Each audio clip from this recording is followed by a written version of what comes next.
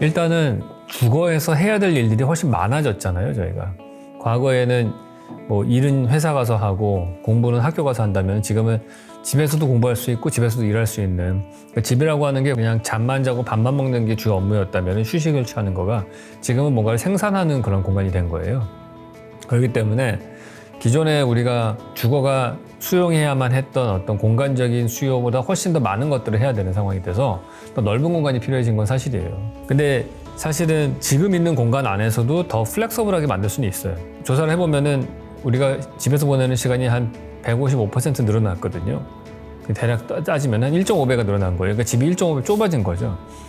그러면은 이거를 해소하는 방법은 하나의 공간을 두 가지로 다른 용도로 쓸 수 있게 한다든지, 내가 안 쓰는 공간을 빌려서 쓴다든지. 무슨 말씀이냐 하면은 우리가 방 3개짜리 아파트가 있으면은 방하고 방은 다 벽으로 나눠져 있단 말이에요. 그러면 한 번에 그 방에 들어가서 어떤 행위를 하고 거실에 나와서 일을 할 때에는 거실에서는 방이 안 보인단 말이에요. 그 공간은 사실 데드 스페이스가 되는 거예요. 근데 만약에 그 방과 거실을 나누는 벽이 없다면은 그게 가변적으로 될 수도 있고, 그렇다면은 사실은 훨씬 더 심리적으로 거실에 있으면서도 방을 쓸 수 있는 공간이 되는 거죠. 또 하나는 그거는 뭐 사운드 인슐레이션 문제가 있기 때문에 어렵다 그러면 창문을 뚫으면 더 쉽게 해결할 수 있는 부분이고 더 넓게 느껴지기 때문에, 그래서 이 벽이라고 하는 것들을 지금 같은 주택의 상태에서 그대로 둬서는 안 된다고 생각을 해요. 그러니까 그 벽 자체의 의미가 달라져야 되고 하다못해 창문이라도 전 뚫어야 된다. 그래야지만이 이 집들이 훨씬 심리적으로 내가 안 쓰는 공간도 시각적으로 빌려서 쓰게 되면서 그러면서 훨씬 더 넓게 느껴질 것이다. 그렇게 생각을 해요.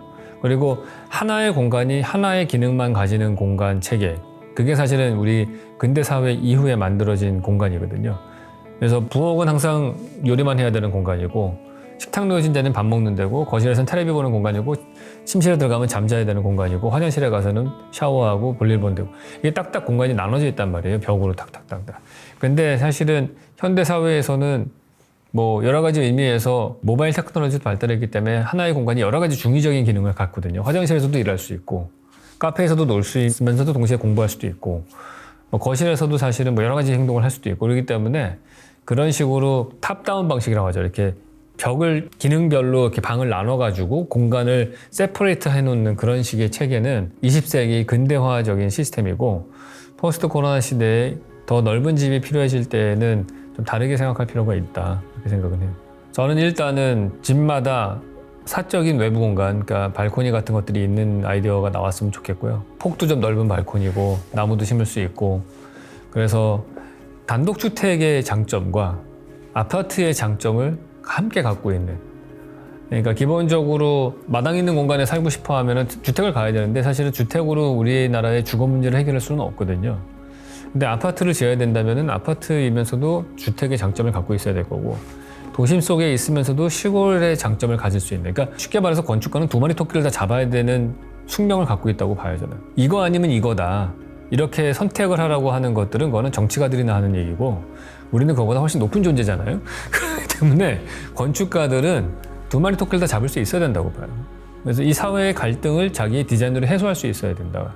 그래서 좀 여러분 자체대로 원대한 꿈을 가지셨으면 좋겠어요. 특히 두 개를 합치면 안 될 것 같은 것들, 두 마리 토끼는 절대 못 잡을 것 같은 것들, 그런 것들을 디자인적으로 잘 해서 잡을 수 있는 디자인을 만들었으면 좋겠어요. 그 두 마리 토끼가 뭔지는 여러분들이 결정하셔야 될 것 같고, 그런 아이디어가 사실 제일 좋은 아이디어죠. 네. 이미 어떻게 뭐 무슨 기능은 몇 평 이렇게 나눠져 있다는 것 자체가 구시대적이기 때문에 앞으로의 공간은 이제 그런 식의 개념이 아닐 거라고 보거든요. 그래서 훨씬 이동도 많아졌고 하나의 공간이 여러 가지로 쓰이기도 하고, 뭐 그런 것들을 새로운 정의를 내려야 될 때가 왔다고 생각을 해요. 학생들 공모전이기 때문에 더욱더 그래야 된다고 보는 게, 70년대 우리가 만들었던 중산층의 프로토타입이라고 하는 이 4인 가족 중심의 방 3개짜리 아파트에 화장실 1개 반 있는 이런 평면에서 틀을 벗어나야 된다고 봐요.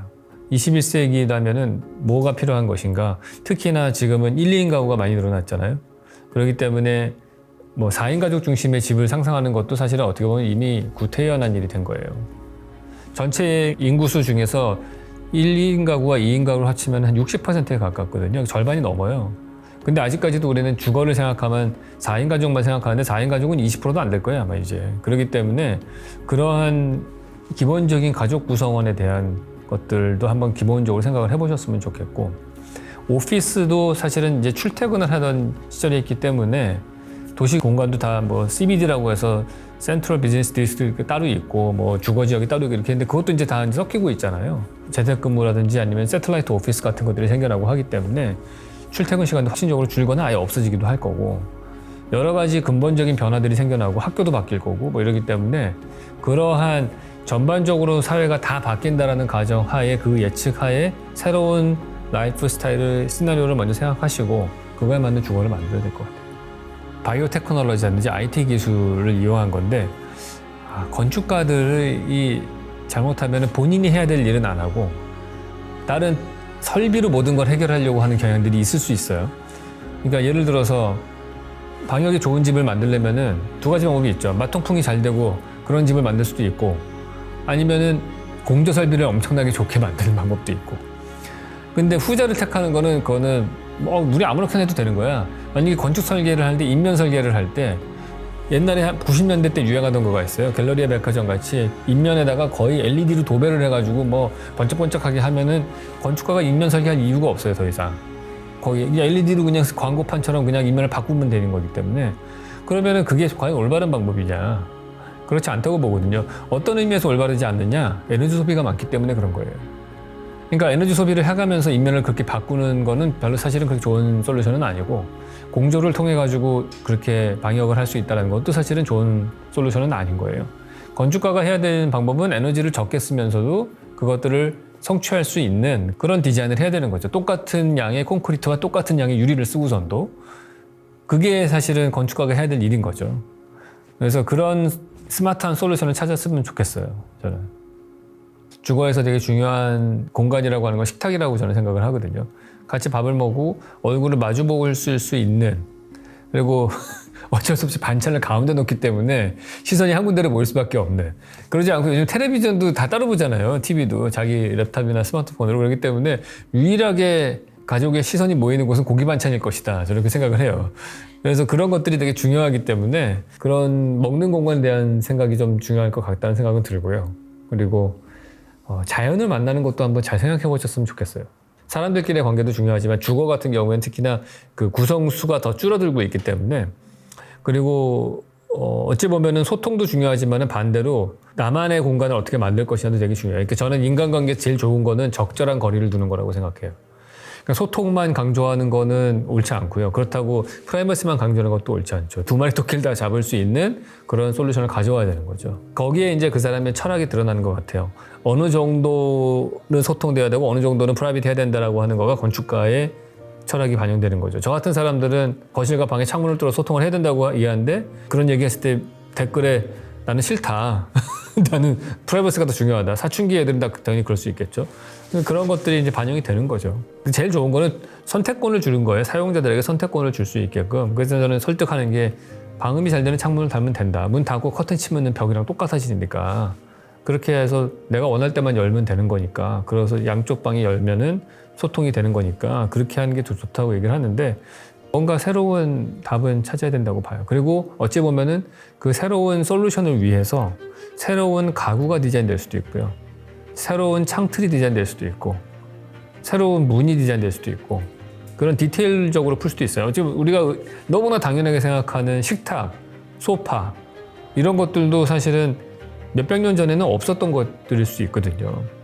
특히 우리가 지금 쓰고 있는 그런 4인 가족 중심의 소파는 사실은 거의 없었을 것 같아요. 지금 옛날에 집마다 텔레비전을 보기 시작하고 하면서부터 대한민국 국민이 소파를 산 거잖아요. 그러니까 아마 해외 사례도 마찬가지고, 특히나 우리나라는 이제 좌식 문화였기 때문에 가구에 대한 것들이 거의 없었기 때문에 새로운 가구들이 많이 우리 70년대 위에 도입이 많이 됐는데, 21세기라면은 그러한 것들도 한번 생각해 봄직하다 생각을 해요.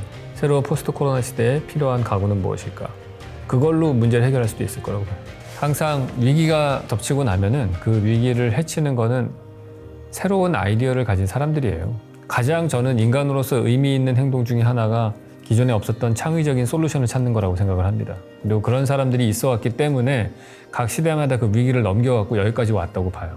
그래서 저는 21세기에 지금 이 시대에 코로나라고 하는 위기가 왔다는 거는 정말 어떻게 보면 창조적인 사람한테는 큰 기회라고 생각을 하거든요. 그리고 이런 기회에 우리가 답을 잘 찾으면은 앞으로 100년, 200년 후손들에게 좋은 영향을 끼칠 수 있는 그런 어떤 솔루션과 비전을 제시할 수 있을 거라고 봅니다. 그리고 그런 모든 훌륭한 일의 시작은 생각에서부터 시작을 한다. 그리고 그 생각은 힘이 세다. 그래서 좋은 아이디어를 맞으면은 분명히 훌륭한 생각은 많은 사람들의 공감대를 형성하고 힘을 모으게 하고 현실화시킬 수 있을 거라고 저는 믿습니다. 그렇기 때문에 이번에 되게 깊이 생각을 하시고 세상을 바꿀 수 있을 만한 아이디어를 내셨으면 좋겠습니다. 사실은 이 사회가 지금 필요로 하는 일이잖아요. 좋은 아이디어를 갖고서 세상을 좋게 만들자고 하는 건 되게 필요한 일인데 이럴 때 계룡장학재단 같은 데서 기꺼이 돈을 써서 이런 장을 만들어준 거는 되게 훌륭한 일인 것 같습니다. 그게 기업의 역할인 것 같아요. 어찌 보면은 지금 이런 데 투자하는 걸 그냥 직접적으로 회수할 수 있는 일은 아니지만은 장기적으로 봤을 때는 누군가는 꼭 해야 될 일이고 그 일을 꼭 되게 의미 있게 시작한다고 저는 생각을 해서 앞으로도 계속 꾸준하게 했으면 좋겠습니다. 그리고 이 공모전에 낼까 말까를 고민하시는 분이 있다면은 저는 당연히 내야 된다고 봅니다. 그런 속담이 있잖아요. 죽어야 될까 말아야 될까 그럴 땐 죽어라. 결혼할까 말까 할 때 하지 말아라. 근데 공모전을 낼까 말까 할 때는 내라. 왜냐면은 당선되면 좋은 거고요. 떨어져도 얻는 게 많습니다. 저의 경험을 미루어 보면은 공모전에 많이 나갔던 게 도움이 됐던 거는 10번 중에 7번 이상을 떨어졌는데 그럴 때마다 그 문제를 푸른 1등 당선작을 보면서 많이 배웠어요. 같은 문제를 나는 이렇게 생각해서 정답이라고 생각했는데 다른 사람은 이렇게 생각하는 사람도 있고 저렇게 생각하는 사람도 있구나. 그거를 여러분이 고민을 하지 않은 상태에서 결과만 보면은 절대 그거를 깊이 있게 받아들이지 못합니다. 근데 시간을 들여서 고민해 보시고 그 문제를 어떻게 풀었는지 다른 사람들의 생각을 본다면은 생각하는 패턴들과 방법들을 배울 수가 있어요. 그렇기 때문에 해보셨으면 좋겠습니다. 아무리 허접한 거라도 내시면은 얻는 게 훨씬 많으실 겁니다.